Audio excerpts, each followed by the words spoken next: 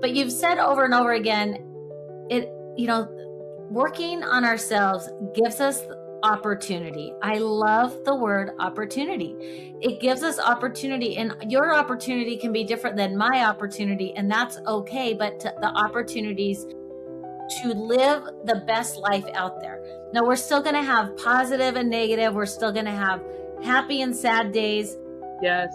And if we move our body and become curious and change the way that we use our words, allow ourselves to have awareness in it, then we can really move our body to do some really cool things. And man, life is just so short to live so negatively, isn't it?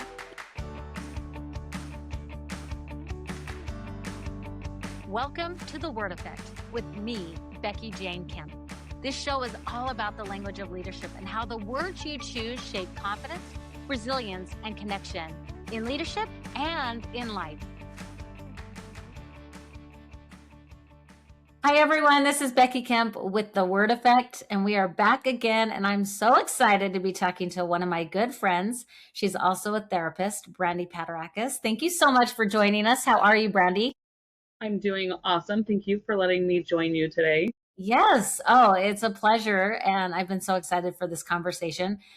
I kept thinking this could be just like we're at lunch, but instead we're at our homes, but we're talking anyway. So thank you for joining. As all of you guys know, we love to focus on the power of words and how they have an effect. And today we're going to focus a little bit on the power of curiosity, but we're also going to just talk about how words matter. And I want to learn from you, Brandie, before we get into the words and stuff. Just tell us a little bit about you and what you're doing right now in your life. Oh my gosh, so many things. So I am a mother of 4 daughters, and I've been married for 28 years, which is awesome. Congratulations to me Yes. and my husband for that, because that's been a lot of work. And I have a therapy practice located in South Jordan, Utah. It's called Blue Bee Counseling Services. And I started it about 4 years ago, which is awesome. And it has just run like a storm. And so I definitely pay a lot of attention. I want my therapist to learn and to become the best therapist in order to help other people. And it's done a job. It's done a really good job. And so I'm really, really proud of that. If you would have asked me like back in high school or even right out of high school when I was a brand new mom, if I would have like, do you know that you would own a therapy practice and be an LCSW with a master's degree? I would be like, oh, that's cute. That's really funny. Like, good job. You got the wrong girl. That's not me. Like, do you know I made it through with C's in school, like in high school. Like, school is not my thing. But over the years, like, I think that it's just gained some curiosity for me to like really learn the power of identity and know my purpose and recognize that like I have a lot to give. And with that power of being like a servant to other people, like I enjoy the power of service. Like that has just enraptured me and taken me by storm and led me into this direction and by full esteem. And now here I am with a counseling agency with 10 therapists and I'm in awe. And I'm so proud of the fact of what I've done and how I've done it. And also all the people that have supported me and helped me to get where I'm at. And so I'm excited to talk about words today. I'm excited to talk about curiosity today. I have to warn you all though, like I'm one of those people that likes to laugh a lot. I like to enjoy the things I talk about. And you have me on a topic that I could talk for hours on. So we're going to definitely have to like cut things short today and just hit the main point. But it's definitely something that I totally am in love with, and I could talk about it for hours. So, and that's why I wanted to talk with you, Brandie, because I know you are passionate about this. I mean, we have talked in last year when I ran for Mrs. Utah America. You were one of my sponsors, which thank you so much for that. And I totally appreciate her counseling services and use them myself. And I've taken some of my children there.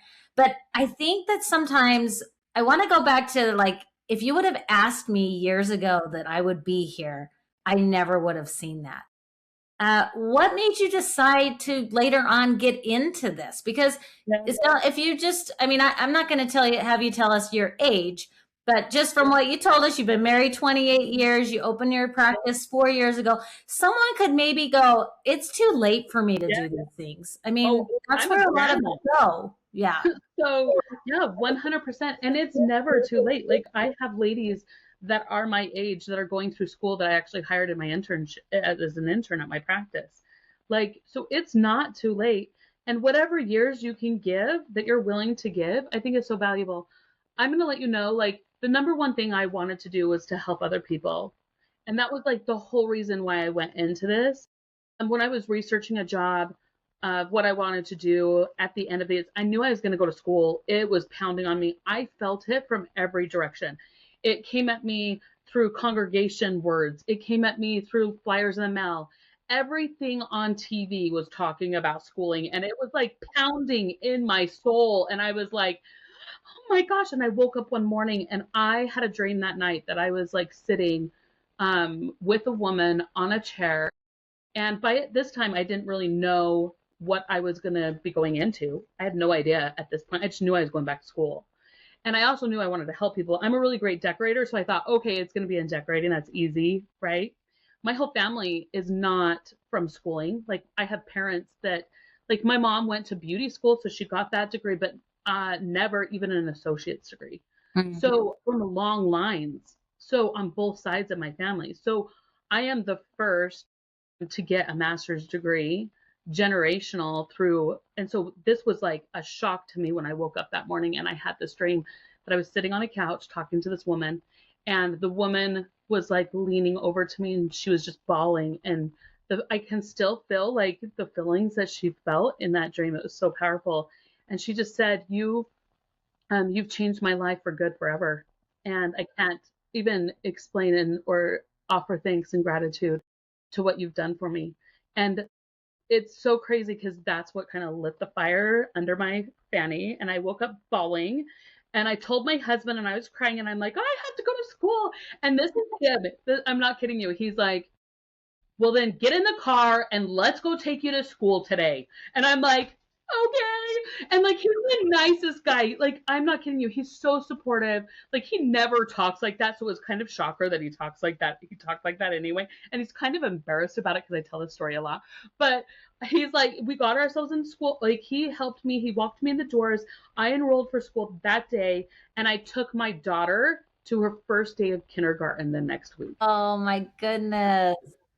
So my last daughter out of 4. I love that you took action. And one of the things I talk about, because I feel very much the same way. I've taken a little bit different path, but I love the servant role. And I have found that the power of words has made a difference in my life. And so I love speaking and coaching about it and mentoring people, because so often people get stuck.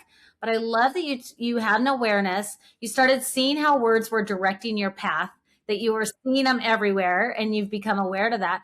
And then you took the action.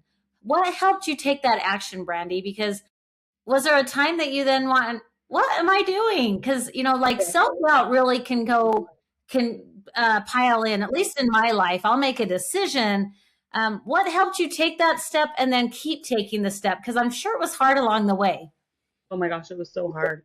And I mean, I love how you said, like, we enraptured ourselves in becoming a servant. And I think that is such a beautiful thing. And reality speaking, if I want to be completely truthful, like I feel like it helped me more than I've ever helped anybody else. Like, I feel like I'm the one that has benefited the most from this, because going through the therapy school that I had to go through, I had to learn how to see people, and I had to see them differently. And I had to like empathize with them and have empathy for their circumstances and situation without judgment, even based on my own belief system. I had to put that aside and really hear people from their side of the couch and their belief system. And it was a power that like took me by storm, especially like going through all the things that our nation has gone through with controversy on both sides of, political belief systems, and being in amongst COVID and the different sides that people would come into my office on that. And the love that I found for people in that has just really enraptured me. And realistically speaking, I don't really believe that I did this on my own. Like, I really do believe that it was like the power of God that got me through this, because if you look back at my life, and my dad died in the middle of me going through school, and it was the hardest time of my life because I was ingrained into math. I'm not a big, huge mathematic person. They actually tell you when you're going to be a social worker, they're like, if you're really good at math, you're in the wrong department. Math department's down that way. Like, if you're terrible at math, stay, because that's what we are. We're really good with words. We're really good at writing papers. We're really good at helping people, having empathy. We're just not mathematicians. And so, and whether that's true or not, I don't know, but that's what they told me. And so I was in the middle of math, and when I found out my dad was dying, and it actually ended up being a blessing in my life. And I would sit next to him while he was dying on his bed doing math problems, and I passed that class because I got to sit with my dad, be with my dad. When he woke up, I got the ability to be with him and to talk with him and to have those moments that none of my other siblings got. And it also gave me the ability to have a lot of time to practice math. And so, like, just little tiny pieces that all aligned. And I believe that that's all has like God's handiwork all enraptured into it. There's no way I could have like formulated the way I got through school any better. Like, it just, every little piece was crafted perfectly, and it got me there. And that's a good indicator for me to know that, like, I really needed to go through school, and he needed me to go through school. Like, there was something really important that I needed to do. And maybe it was just all for myself, but over the years, like, I really have found there's been certain circumstances where I have had moments where my body has lit up with chills, because there's people that have come into my life, not just women, but men too, that have said that exact same words that that woman said to me on the couch. Exactly. Exactly. Reminded. 4 to 5 times I've had that now. And it just brings chills to my body to know that, like, there was a purpose in mind, and it was all based on me being curious, being curious at what I could do, recognizing my potential and seeing my identity as, like, I'm not just like a really great crafty person who's cute behind closed doors and can like whip up some sort of fancy baked goods or crafty item, but like, I had the ability to go and get my master's degree and to do something monumental that like helps like lots, hundreds of people. Yeah. But you did do it a day at a time, right? It was a day at a time, because sometimes when we think of change, I want to go back to what you're talking about with the identity. I think so often, and I think this is men and women, we have in our hearts things that we were meant here to set here on earth to do. Whether you're religious or not, we have talents, we have abilities. And it's really easy to watch other people do things and then judge ourselves. It's really easy to, why is this happening to me? This isn't fair. I'm sure you see a lot of that when you talk with people, right? But to remember who you are and why you're here, and to just remember that this is a journey of experiences. And so often what I have found with the power of words and the word effect, and that's why I wrote my book, was words are really a compass. They're directing your life, and they can have an effect. It can be a positive or a negative one, and you get to choose. Sad your dad passed, which I'm so sorry about, but you've been able to take those experiences, and now looking back, they can be choice experiences, and you can look to them as stepping stones or as building blocks in your life. And that's what I love about the tool of words and how words have an effect in our lives, is because we're all going to have lifing on us, right? Before we even just started, we were both catching up for a minute of what's going on. And there's always something. There's always not even just something. There's always 10 somethings on our list to do, right? So as you kind of came out, as you kind of found your identity, new school, wanted to go get your master's, and you knew that you wanted to start a counseling business from there. Tell us how that got started. You said it was about 4 years ago, and I know it's grown and making such a difference. How's that been as an experience? It's been awesome. Like, I was working for another therapy practice here in South Jordan, and I was like very curious on how she ran things, and she did such a good job. I'm going to take a drink. So sorry. You're I'm good. talking a lot, I can tell. Yes. We are real life people talking. We are real life people. And she did some things in a phenomenal way that I really, really liked. And there was also some things that I wanted to do just a little bit differently. And moving from there, I recognized that there's a gift that I have, which is collection of people. And these people that I collect in my life really benefit my life for the better. And also they benefit other people's lives. And I wanted to be a collector of these people and put forth this practice that no matter where you go in my practice or who you go to, that you can feel very comforted in the fact that they've got a lot of education, know-how, understanding, because I personally have taught them myself with a team of other women. And we do a ton of collaboration. We're constantly learning and growing, and we're all really good friends. There's like an open door policy at my work. Therapy can be very lonely. I worked for 5 years at this practice, and I knew the lady in charge. I became very good friends with her, and I knew 1 to 2 other people and that's pretty much it. But I worked there I think I was there for 4 years, and I had the next door neighbor. I didn't even hardly even know her, because we just bring people in and bring people out. And I'm just like, if I'm going to work the rest of my life in servicing a community, I can't do it where I'm just not important and where I don't feel like I belong. And so I really had to grasp the whole purpose and identity thing and become curious about starting something new that looked very different in this world. And that's what I started. So we do a lot of activities together as therapists. So my group of ladies, we're very close. We help each other out. We'll staff certain situations and talk through them. So you're not just getting like one therapist's opinion on one thing, like without like going into confidentiality and all that. But we can staff situations and talk about them and explore them and see how to like manage and maneuver them maybe just a little bit differently through the eyes and the mindset of like these 10 other women.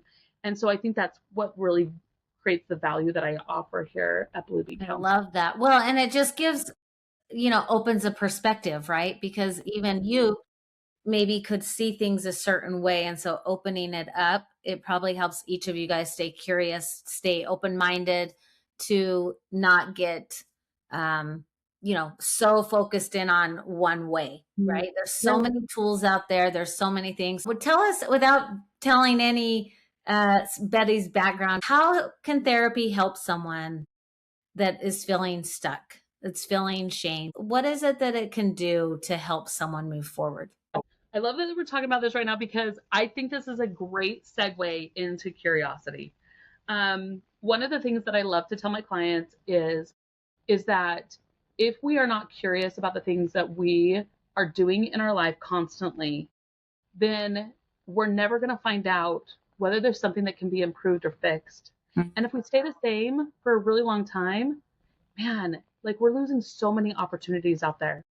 I come from a background of very heated blood, and I say that in the most like kind and nice way, but my blood runs a little bit hotter than most people's. I had no idea until I went through school and I kind of recognized and had an understanding of that. And through that curiosity, it led me to growth that allowed me to like provide empathy for myself in that wasn't something that was a choice for me, but what I choose to do about it became my choice. Yes. And so now I'm learning all sorts of, and I have learned, and I practice so hard of learning how to find kindness for myself, where my anger and my hot blood comes from, and recognizing when it shows up, being in tune to my body, in tune to my thoughts, setting some boundaries for myself and for other people, right? And so that has like produced this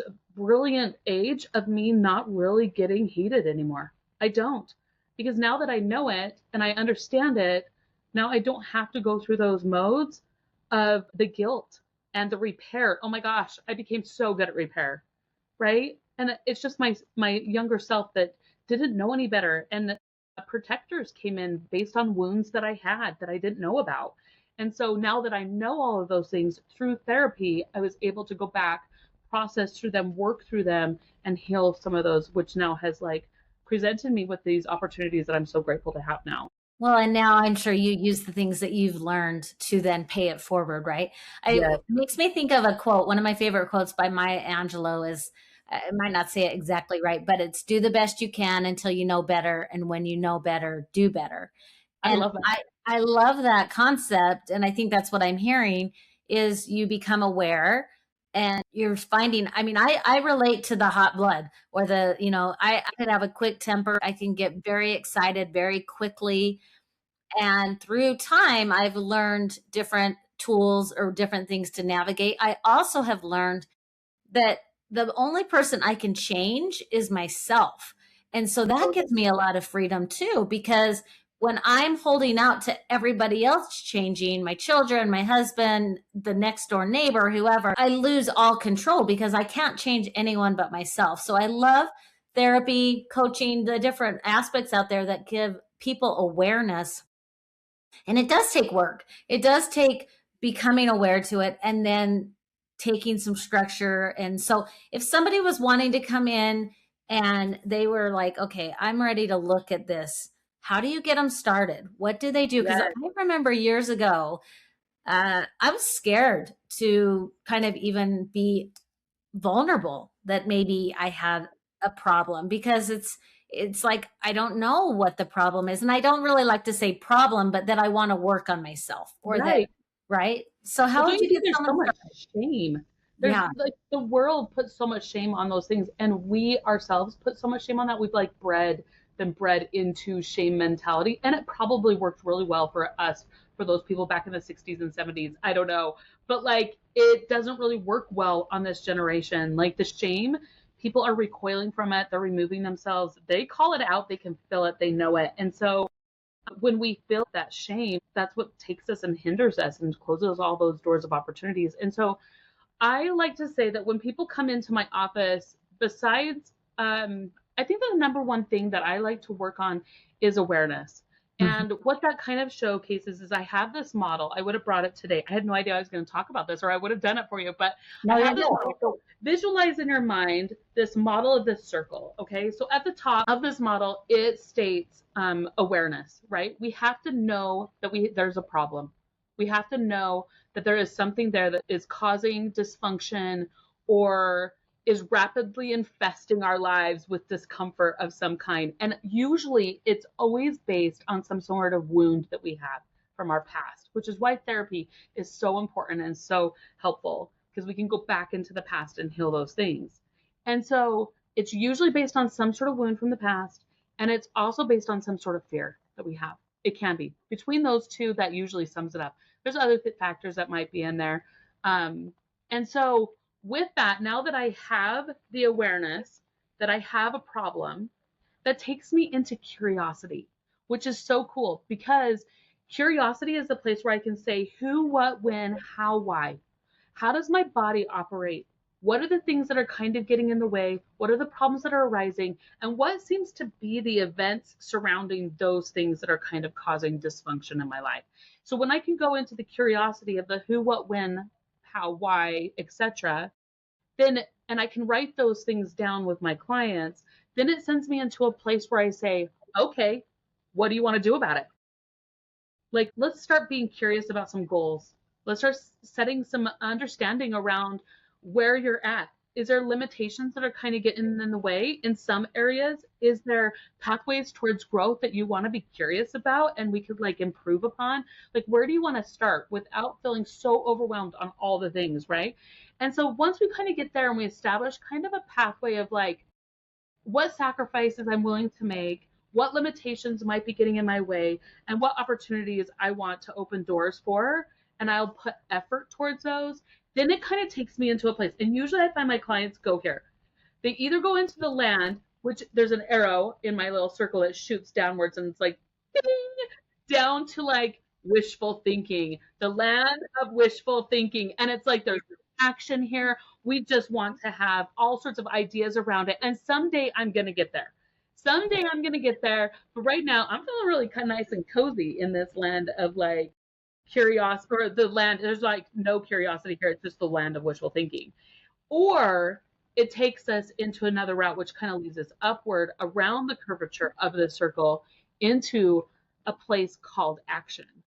And action is the most incredible part, because once we have a buy-in on it, and I feel like that's kind of what therapy and maybe even coaching could even be about. It's like finding what motivates people, finding what pushes people to want to desire to change and have movement, right?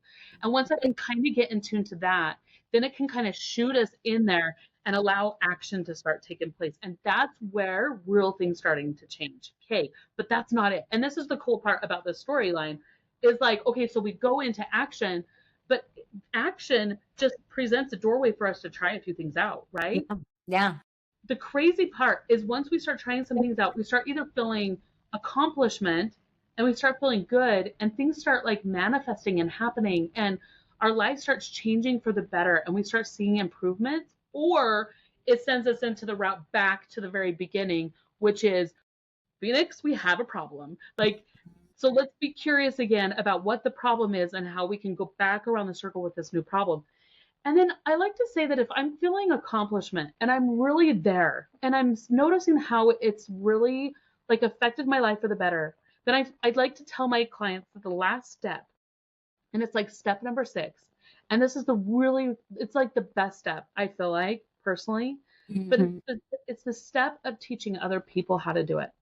It's the step of serving others in this realm so that you learn this. And now by your testimony of how this works and how this has affected your life, you can go on to change like hundreds of lives through how you do this. And Becky, I feel like you are a huge example of this in through your platforms that you've presented and, doing this whole mission with the Miss America pageant and, I've been to some of your speaking events and you're a phenomenal speaker, like all of these things to try to change the world one person at a time that hears it. And how many people do they change by them trying it out and doing something different?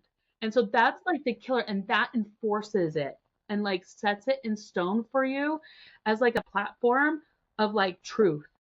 And then you continue it. And then of course we learn how to make patterns stick and how to keep them going. You have to be repetitive. You've got to keep it up. You have to like, sometimes we divert, sometimes we take 2 steps back. We just keep on going again with empathy and understanding and self-compassion. So Oh my goodness. Story towards what you just shared, that model, sounds very similar to my model of the word effect in that it's circular, it's motion moving forward.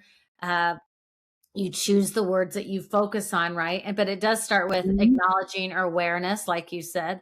But what I love is teaching the tools so that someone can actually then start living their life. Because what I find is that like I've learned these skills. I have a lot of really useful skills, but today I have new situations in my life that kind of throw me off.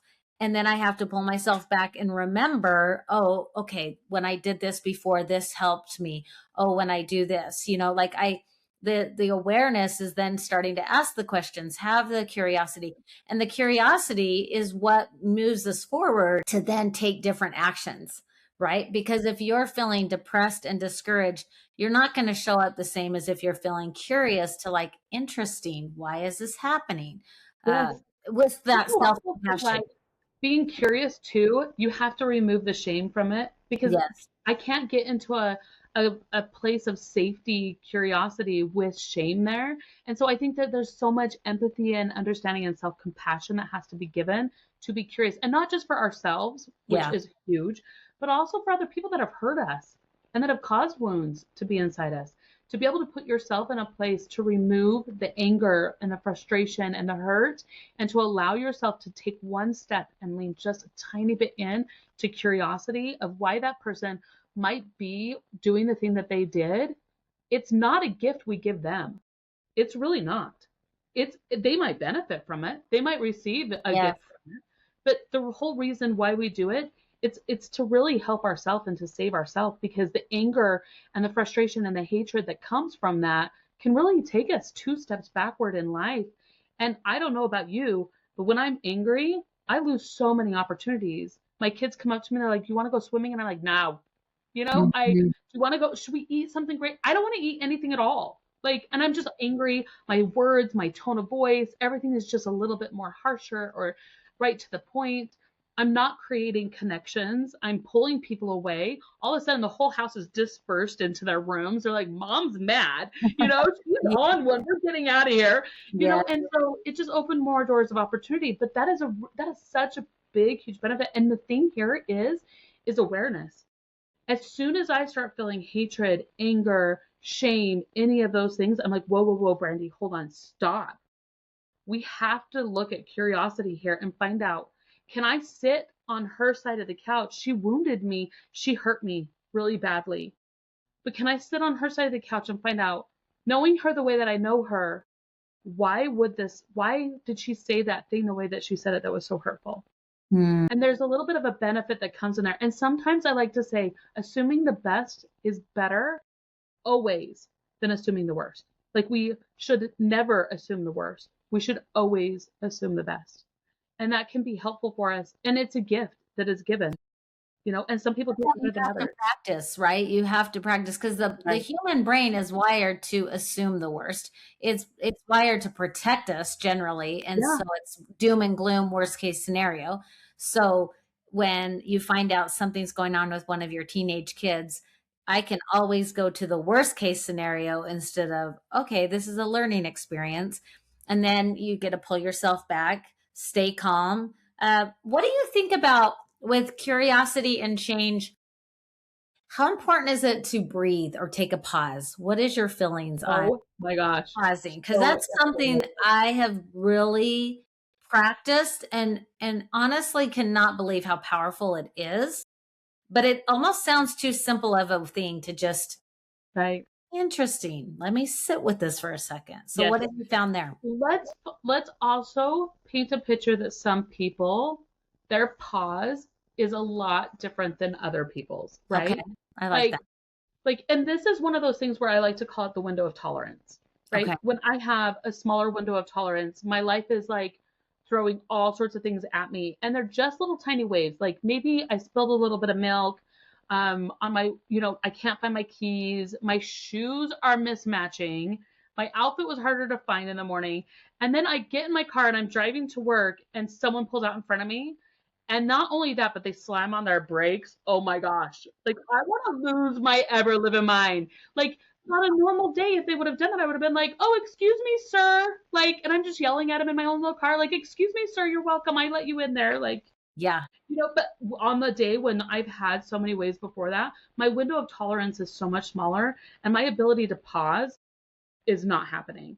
And also, there are some people, me in particular, back when I was in my early 20s, that didn't know about pause. Yeah. And there's also people that come into my office and they're like, that's cute. That's going to be me in like 5 years. But right now I'm letting you know that my body doesn't even think to pause. Like, you can tell me this all day long, Brandie, and I'm letting you know my body will not pause because there's a natural reaction that happens. And so then on those type of people, I have to say, ooh, okay, so we have to learn how to stop. We've got to be extra aware of things around us. We have to be very curious about our life and our circumstances. And I have to know that if I'm walking out the door with 5 things already painted so frustrating in my life, that I know one thing is going to surge a tsunami. And so I've got to, now having that awareness allows me to take a couple steps back and say, let's take a big deep breath. Because whatever lies outside that door when I get in my car is going to throw me for a loop and ruin my whole day. And so then that's where we start the 10 steps back. So the power of pause is such a great thing. I like to call it like, so I do this model that's like, okay, so you have this event that happens and it causes a trigger that kind of ignites something inside you. And then your mind starts like racing and your thoughts are there and your emotions kind of take over. And a lot of people say the emotion happens before the mind, right? So like, okay, so here we are. So we have emotions, but our mind is taken off. And like you said, our mind goes negative first, right? Always. We're negative minded. We're born that way. And so we have to kick it positive. Oh my gosh. I'm already exhausted. I don't know about you, Becky, but like, that's a lot. Like, it sounds like so much work. It's like, no thanks. And we do this every single day with all of our stuff, right? And so we're trying to challenge ourselves to kick it positive. And by the way, I have a strategy for that. So let's talk about that in a minute. on kicking it positive. But then in that moment, I have to make a split decision. By the time that trigger happens, my body ignites, my mind takes over. I go down deep into the poor pity me's or the I'm not. I got to kick it positive, and I've got to make a decision, and that all happens within 1.5 seconds. Mm-hmm. It's not going to happen. So then I'm like, okay, the power of pause in that means I have to take a stop and a breath. I've got to insert something in there. I got to shock myself. I'll teach my clients to tap. Okay, come on. Let's get going. Like rub my hands like really intensely. Take some big deep breaths. Butterfly tapping kind of can be like a good thing. Slowing things down. Mm-hmm. Slowing things down. I'm rapidly racing. My heart is pumping. Let's slow some things down. Let's just take 5 seconds instead of 1.5 to make that decision. Mm-hmm. Because that decision can determine our destiny. It opens doors of positivity or opportunities where the other route, oh my gosh, that takes us to devastating results, even suicidal ideations. And we're there sitting in suicidal ideations, and we had no idea how we got there. Yes. Because it happens in a matter of split seconds to get there. And so when we have the ability to have awareness and curiosity and knowing that power of pause is so important and kicking things positive, if I can kick things positive in 1 second and learning how to do that with practice, like you said, then that the route towards me getting to that end final destination of an opportunity and positivity with gratitude is so much easier. I love that. I have to tell you, as I'm listening to you, I'm just hearing these truths because I believe so many of those things. Awareness, like in the leadership speaking I do right now, the keynote that I kind of am working through and working out and with clients is about how words fuel your culture and they shape that culture. And it's awareness fuels action, curiosity fuels connection, and then gratitude fuels growth, right? And it's like you have to find these tools and then you have to practice it. You have to fuel it. Like I love that tapping or taking a deep breath in or out. I find when I get a lot of anxiety, which I do, I come from anxiety, depression, perfectionism, and I found that's how I found the word effect in my own life was like taking deep breaths in, and like I can just take a deep breath in, like breathe in faith and exhale fear, and just do that 1 or 2 times, and it just like calms my whole self down. Cause like you said, then I'm in a better place to make a decision, or I'm in a better place to go, what's my next step? And I really love that too, because we can go so quickly and impulsively, and we're letting those feelings drive something that maybe we could just learn to pause. But I love that idea of tapping or something like that as well. I'm sure that's been really useful. So tell us a strategy. Yeah, go back to that. Let's finish up through that. No, I love this. Okay, so one thing, there's a couple of strategies that I have in this, and I find that they work with most people. So take it or leave it, the people that are listening today, whether this works for you. But if you won't find out unless you try it, right? So, and you also have to lean into it. And what I mean by that is like, let's not be stepped out and angry and frustrated and with our arms folded in a negative attitude. We're not going to be able to find any sort of healing through that. So clearing your slate, rethinking your mind and allowing yourself to lean in on the things I'm about to tell you. Number one, okay, so the first one is we have to be aware that we are all walking as zombies. Mm-hmm. They're real, Becky. I hate to inform you, the apocalypse. We have walking zombies all around us, and these are people that are not in tune. They go through the motions. Anything that gets in their way diverts their pathway towards something else, and they allow the world to move them. And by that, the world controls them and makes them who they become. And I like to teach my clients how to become awoken and to open their eyes. And the only way that we can do that is through awareness, right? And curiosity, which is so awesome.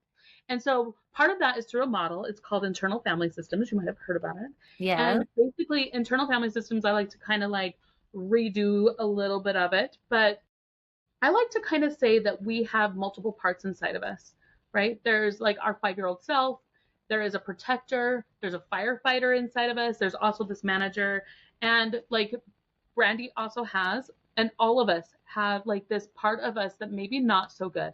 The part of us that maybe comes out as a protector to keep us safe, but does things maybe that isn't in the best interest of other people, but only ourselves, right? I like to kind of keep her locked up in the back because she's not so great sometimes. But I have empathy and understanding for her, and we have to learn how to love all of our parts and also recognize when they show up. I'm definitely going to pull on her and need her if I'm in a back alley, dark alleyway somewhere, and I feel someone walking up behind me because she is going to go ape, banana, berserk on them, right? And so I need her, but I need her in an appropriate way. So I have to set boundaries and rules on all my parts of me. And whoever's going to drive my vessel or my body to do the things that I want to do, I don't want it to be just a part that's just going through the motions of the day, that doesn't have awareness, that doesn't have hopes and dreams and aspirations to do things in life. Someone who doesn't know their identity, who doesn't know like how they belong and their value that they offer life, right? And so that is the number one thing is I like to say, if I can have awareness around who my parts are and when they're driving my seat, and if that fearful part is there, then I can say, ooh, I get it. I understand why you're here right now. Like you're scared, you're fearful about something, and that's understandable. And also, it's not all right and okay for us because the way that you're driving our vehicle isn't the way we want to go this time. Yeah. We're way more powerful and we have a lot more to offer the world. But back then, I did need you. When I needed you when I was 12 years old or 10 or 15 or whatever age I was, even 28, right? You were needed and you protect us and you did a good job. Do you hear the empathy that I'm giving her? Yes. Right. And then also I pull out my manager self, or I like to say like biker chick Brandie.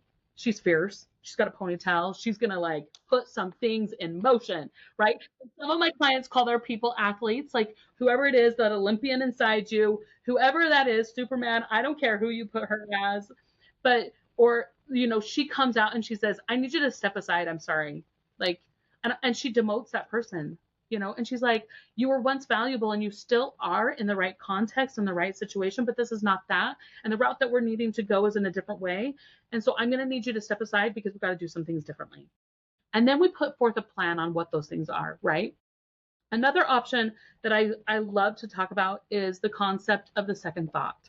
Mm-hmm. So if we can watch, the first thought comes in as, oh my gosh, okay, that outfit is really cute, right? Second thought, it's not going to look good on you, right? Yeah. You are way too fat. You're too ugly. You know, your hair color is the wrong color, whatever you think, that girl, that is not your outfit, right? And so the second thought, if I am aware of watching for the second thought, it's always negative. Again, we're born negative minded. So this is the part where I'm like, kick it positive. And this is where I go into when I have awareness of my parts inside me. And when she comes in and that second thought is there based on a protector, because she really just doesn't want me to look ugly in that outfit, right? It's not that she's trying to be hurtful or rude or mean or whatever, but she's been bred by maybe some words from other people that talk about word effect. Mm-hmm. Yes, long ago, and how that's influenced the way that I see myself. Because if you say that to a 5-year-old, they're going to tell you, I don't know what you're talking about. Amazing, right? They don't have that second thought. But over time, that second thought has gotten in the way and it's caused so many problems. And so when I'm aware of that second thought, now I have the power to drive the third one. Mm-hmm. I didn't have the power. And I'll even tell my clients, don't even get hard on yourself that the first or second thought comes in. Like you don't have necessarily control over that. It just automatically is there based on your protectors. Or even if you want to start talking about, you know, pornography or other things, I can go in that route too. But that's a first thought. It's a second thought. Your third thought is the one that really matters. And it's what you do with it. And that's the cool part, is learning how to redirect it into a better pathway. And sometimes I like to say, you know, I think that might be hurtful talk and not helpful talk, and let's move to right. And so how do I want to move forward? Do I want to be a negative Nelly or a positive Petunia? You know, because if you've ever heard that story, with negative Nelly and positive Petunia, like negative Nelly was always negative. So they thought, let's do this experiment. Let's put her in this room with all these games that she loves, right? And let's see what she does with it.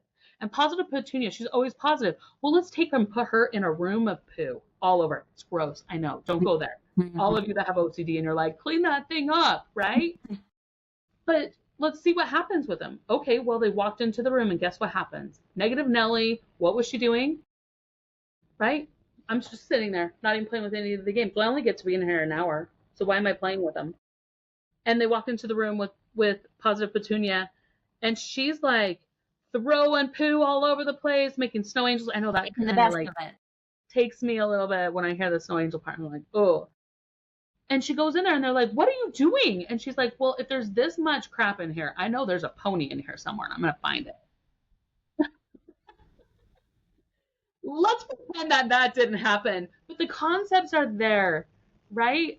And if we move our body and become curious and change the way that we use our words, allow ourselves to have awareness in it, then we can really move our body to do some really cool things. And man, life is just so short to live so negatively, isn't it? It really is. And Brandie, as we kind of wrap up, you have said this over and over. I mean, I'm ready to change the world now, like, and I believe in this stuff, but just this conversation has been so empowering for me. So thank you. But you've said over and over again, working on ourselves gives us opportunity. I love the word opportunity. It gives us opportunity, and your opportunity can be different than my opportunity, and that's okay. But the opportunities to live the best life out there. Now, we're still going to have positive and negative. We're still going to have happy and sad days. Yes. Sometimes I get asked, oh, so you just think positive thoughts and everything's happy? It's like, well, no, I still have stresses. I still have worries. But I love that idea of taking, you can't always control the first thought. The second thought tends to be the negative, which I agree. But that third thought, and what am I going to do about it? And it puts us back in the driver's seat. It lets us be in charge. And that's what I love about words, is that we have the power to choose those words that we put on each and every day. So as we wrap up, what is a word that you consciously choose to put on each and every day, or consciously try to, that helps you remember, these things? Because I know you've learned this for yourself, you're training and teaching others, but we're always our first client, right? We're always having to practice this with what we're doing and then moving forward. What comes to mind that someone could just start practicing today? I don't know if you can tell, and those of you that can't see me, but my whole demeanor is changing right now. And that's what a word should do for us, right?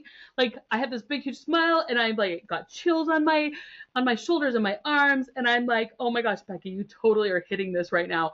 And I think that my word has changed. It used to be extraordinary, and now I have moved it into a whole nother realm, and I've blown it out of the water with extraordinary. And I just think that is just the coolest thing, because it's no longer, two separate words, it's one. And what that means for me is just, I just try really hard to live an extraordinary day, and it doesn't happen all the time. And that's when I can, as fast as I can, I try to put together the ladder and get out of my hole, because we all have the ability to like build a ladder in our deepest, darkest holes. We have that. It's just seeing it and noticing it, that it's there. When our mind can switch and take over and be like, I need to build that ladder and I got to get out. And when I'm out, I can yell down to everybody else in their holes and be like, you've got a ladder, build it. It's right down there. I'll show you how. I'll teach you. I'll be there for you. And I think that's extraordinary movement. Helping others, being there. Kindness is extraordinary. I've been to a store and I'm like, and I was with 5 teenage girls and I'm like, that lady is so angry that's checking people out. Let's see if we have the power of words to change her day for the better, just by one word that we say to her. And we strategized through it and we came up with this word, and it changed her. And we sat off to the side after she checked us out, and we watched for 3 more customers come through that line.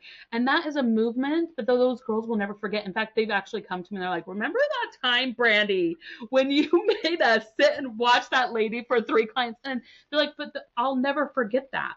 And that's extraordinary movement, right? Yes. It's going above and beyond. It's doing the helpful thing, the not hurtful thing. It's like learning how to repair. It's recognizing the ability to move differently and try hard things. It's the ability to like change your perspective. It's the ability to see another person's perspective and have empathy in it, even when it goes against your own, right? Like that's extraordinary when you can do those type of things, because extraordinary changes lives. It moves people differently, and it seeks out a phenomenal type of person. I'm not there, but man, I try to be every single day. And what I know is when I interview people into my office and they come in, I always tell them, like, I don't care if you actually have these things that you're telling me is all over your list of paper that you gave me for your resume, these qualities that you tell me that you have. When you say them out loud, you can only say them out loud so long before you become that. Yeah. And so the more that we say that, power of words, right, Becky? That's awesome. Yeah. But the power of the word in that is so extraordinary. And so that's what I'm living my life to be. That's my word. And I would love everybody else to take it too, because the world would be so much better if they did. Yeah. Oh, and I love that. And it does just make you feel the extraordinary. It can be in the simple things too, right? It's not like we're doing all these big things every single day, but looking and how can I make someone's life better? Or it's how did I see God's hand in my life? Or how did something good happen in my life? That gratitude piece. I mean, we could talk for another hour without No, even thinking it can about just it. be a hint. It can Mhm. be a taste. It can be something so small. Even the thought that I want to do something nice can be extraordinary. Yes. So even if I don't have, if something's getting my way and I can't do it. So I wanted to throw that in there because you're right. It totally is. And sometimes when we use that big, huge word, it only means big things. And you're so right. It does not. It can And be so the thank you little for things clarifying too. that. Yeah, no, Mhm. but I love that. I love that idea. And I love our words do change and we find different things along the way. So, Brandie, if people have loved this, which I know they have, and they live in the Well, Salt Lake Valley and they are looking for therapy, I'm sure you have young age through all different. Tell us yeah. a little bit of the different kinds of therapy and how people can get a hold of you. Yes. So Blue Bee Counseling it's bluebcs.com, like counseling services.com. That's the best way to find us. Okay. On there, I have a whole list of therapists. They are all like me in different ways. They all have their own specialties that they do. They all have their things, but they've all been trained really well and handpicked because I'm a people collector. And so I want to find these people that are going to want to change lives and have motivation to do that in extraordinary ways. And so that's a good place to find them. You can find me also. My email is brandie@bluebcs.com. They're welcome to email me.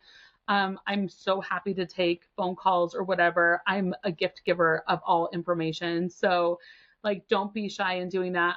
One thing that I do have that I think is like really awesome, it's taken a lot of vulnerability, but I have put together like a really fun platform on social media, which is Blue Bee Counseling Services. If you look on Instagram, Facebook, TikTok, YouTube, like we have everything there that's just going to motivate you for your day. If you follow us, we'll kind of like enlift and brighten up your day to be better. I own my counseling services with my daughter, and she's phenomenal at providing a platform towards helping other people through social media and really advertising the whole creating awareness with mental health. And so that's also great. I also have a couple of podcasts. They're all under the form of Therapist Table Talk. Okay. And so you can find that in all your normal platforms. I prefer watching it because I think I'm funny and in person, whatever. Like we have to give ourselves that. So if you watch it, I think it's better, but that's up to you, and you can find that on YouTube. I'm also starting a new channel. If you happen to be a new therapist or you're really curious about doing kind of the same things that I do or Becky does, I do have what's called New Bee Therapy. It's under the platform of Therapist Table Talk. It's a new Therapist Table Talk that I am doing to help new people who are coming in as a young therapist to learn the skills, the tips and tricks, motivational factors, empathy when your client leaves you because it's so hurtful, and like the ability to move on beyond it. And so I'm teaching them all the skills that I've learned and that I teach my clinicians, because I can't house everybody that wants to come in and be an intern with me. I get a lot of requests because they do know that I put a lot of extra time into their education. but this is the way that I can do that. So I decided to create this platform for those people Ah, that I can't bring on. Brandie, you're so amazing. Thank you so much. We'll link all these places that people can find you. And I just want to shout out to the social media, because what I do love is sometimes we just need those little reminders, right? And we just need those little shifts to, like, when I'm feeling discouraged, today, or I'm having a hard day, I just see those little words, or someone says something that can kind of stop me in my tracks, and then choose to do something different, or choose to see the world a little bit different. And I find that's just so powerful. It doesn't change the circumstance oftentimes, but how I walk through the circumstance is so much better. So So I true. love all the good you're putting out into the world. It just fills my heart, because I love that. I just love that you're sharing goodness, because that's what our world can all benefit from. So thank you so much, Brandie. Thank you for talking about the power of positivity and the word effect in your own life and in your practice. I hope people that, as you've listened, if you're looking for help, know that there's opportunity out there, and therapy might be the place for you. But become aware to your words, become aware to the way you're showing up to life. And as you do that, let the word effect take you forward to live your most beautiful life. All right. Well, take care, everyone. We'll talk again soon. Thanks again, Brandie.